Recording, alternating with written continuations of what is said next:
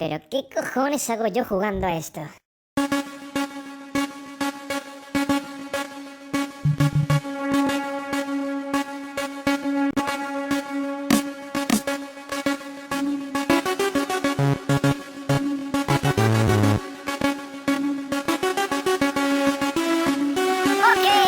Me han dejado solo en medio de una isla perdida, muerto de miedo sin un compañero ni comida. Está todo cuadrado, lleno de árboles y lagos. Cuando anochece me persigue un zombie muy pesado. Puedo romper los árboles a puñetazos, puedo picar la piedra solo con los brazos. Que me caigo y del porrazo me parto la cara, pues como un poco de comida y no ha pasado nada. Quiero piedra, madera, metal y diamantes. Quiero meterme en una mina y picar cuanto antes. Soy avaricioso y quiero hacerme muy rico.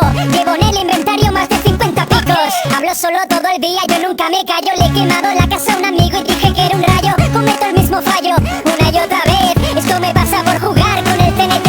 Estoy acostumbrado a ver vacas volando, a que me claven una flecha cuando voy andando, a que algún hijo de puta me robe el cultivo, a que me tiren del servidor sin motivos. Llevo jugando tanto que empiezo a enloquecer. Me dio un infarto cuando un creeper rompió mi pared. No tengo imaginación ni para hacer un farol.